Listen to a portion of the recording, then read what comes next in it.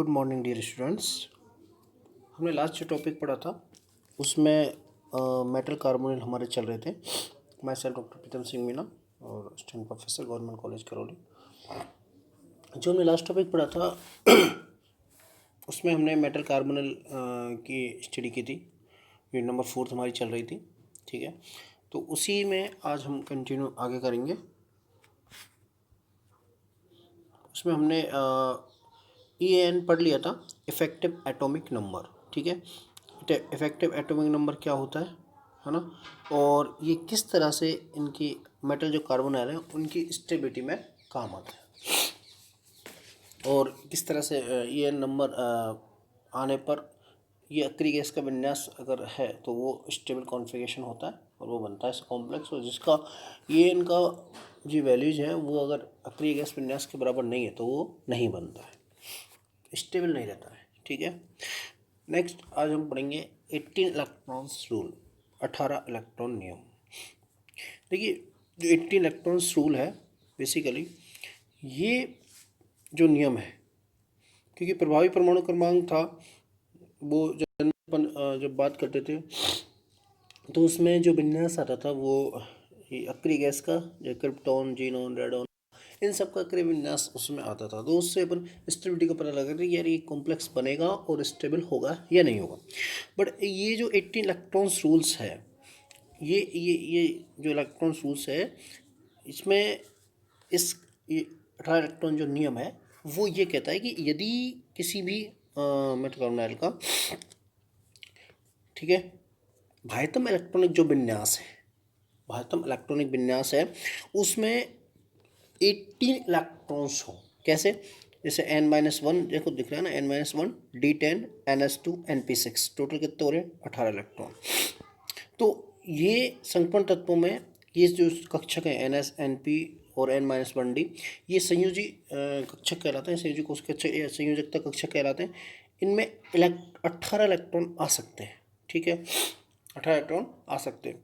दूसरा तो हम कह सकते हैं यदि किसी यौगिक में धातु परमाणु के संयोजी कोश में 18 इलेक्ट्रॉन हो, ठीक है, मैंने अभी बताया ना कि 80 इलेक्ट्रॉन्स हो, तो 18 संयोजी कोश में 18 इलेक्ट्रॉन हो तो प्रभावी परमाणु क्रमांक जो नियम है उसकी अनुपालना का होना माना जाएगा। 18 इलेक्ट्रॉन अगर आ रहे हैं किसमें? उसके बाह्यतम कोश में, या अपन बोले संयोजी कोश में, बाह्यतम कोश नहीं, संयोजी कोश में अगर 18 इलेक्ट्रॉन्स आ रहे हैं तो वो बेसिकली क्या है, 80 इलेक्ट्रॉन्स नियम का अनुपालन करना माना जाएगा। अब ये एक कोई योग है यदि इसमें कुल संयोजी जो इलेक्ट्रॉन्स है वो 18 हैं तो वह 18 इलेक्ट्रॉन नियम का पालन करता है। और एक और विशेषता है इस नियम की कि तीनों जो संक्रमण श्रृंखला है धातु की, उसकी जो कुल संयोजित इलेक्ट्रॉन की जो संख्या है 18 होती है। इसमें देखो ये संख्या 9 संयोजी NS NP के 3, n-1D के 5, 5 3 8 और 1 9 तो इनकी हो गई, पूर्ण क्षमता तक बढ़ने से प्राप्त हो जाती है। अगर क्योंकि 9 कक्षक हो गए ना, एक कक्षक में कितने इलेक्ट्रॉन्स, दो इलेक्ट्रॉन्स आते हैं, तो टोटल इलेक्ट्रॉन कितने हो गए? 18 इलेक्ट्रॉन्स हो गए।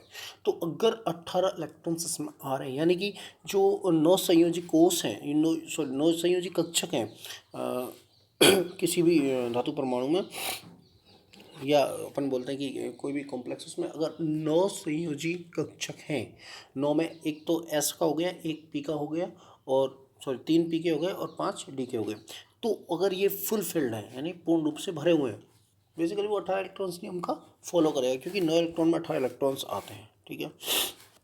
तो देखो कुल अपन जैसे बात करते हैं MCU का होल बाई, कोई अपन ने धातु कार्बन ले लिया।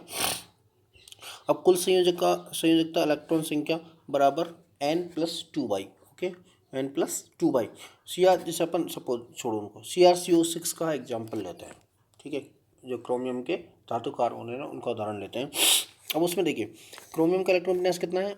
आर्गन 3d5 4s1 होता है, ठीक है। और क्रोमियम में 6 संयोजी इलेक्ट्रॉन होते हैं। क्रोमियम के साथ कितने कार्बोनिल जुड़े? 6, ठीक है। CO के अर्थात बाई का मान कितना हो गया? 6। अब देखिए CR के संयोजी कोश में पाए जाए इलेक्ट्रॉन संख्या बराबर 6, तो उसके हो गए, ठीक है, बाह्यतम कोश में कितने इलेक्ट्रॉन हो गए? इसके CR के 6 हो गए ना, तो 6 + 2 × 6 किसके? CO के, तो टोटल कितने हो गए? 6 और 12 18। तो ये जो CrCu का होल सिक्स है वो 80 इलेक्ट्रॉन्स रूल का पालन करता है।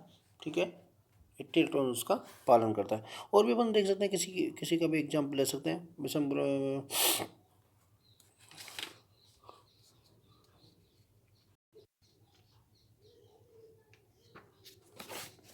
तो इस तरह से जो मेटल कार्बोनिल है वो 80 इलेक्ट्रॉन्स रूल का फॉलो करते हैं।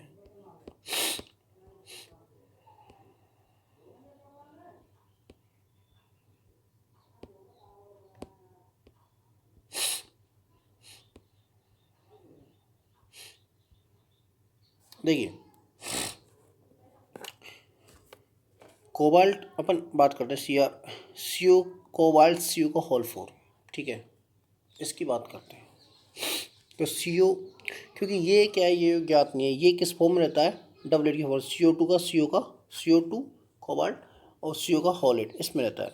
तो इस तत्व को 80 इलेक्ट्रॉन नियम से समझा सकते हैं। कैसे, देख CO का होल 4 से कोस इलेक्ट्रॉन की गणना की जाए 17 हो जाती है। कोबाल्ट के संयोजी कोष में इलेक्ट्रॉन संख्या कितनी है, 9। ठीक है, और 9 हो गई, और 4 CO अणु, तो इलेक्ट्रॉन संख्या कितनी है, 8। 4 CO के 4 दूनी 8 हो गए ना, और 9 उसके कोबाल्ट के हो गए, तो टोटल कितने हो गए CO होल 4 में, 17 हो गए। 17, यानी कि ये 18 इलेक्ट्रॉन नियम का पालन करने के लिए इसे कम से कम 1 इलेक्ट्रॉन की आवश्यकता होती है।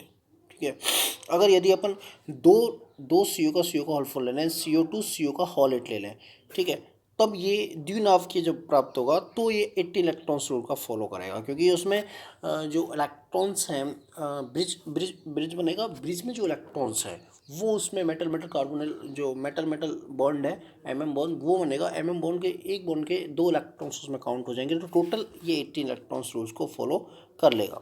तो ये जो CO है, CO का होल 4, ये CO का होल 8 की फॉर्म में 80 इलेक्ट्रॉन्स रूल का पालन करते हैं। तो ऐसे ही देखिए, बेनेडियम BCO का होल 6 है, इसकी अपन बात करें तो ये भी इसमें भी 17 इलेक्ट्रॉन्स पाए जाते हैं, 5 प्लस है ना। तो ये भी 18 इलेक्ट्रॉन रूल्स का फॉलो नहीं करता है। Thank you.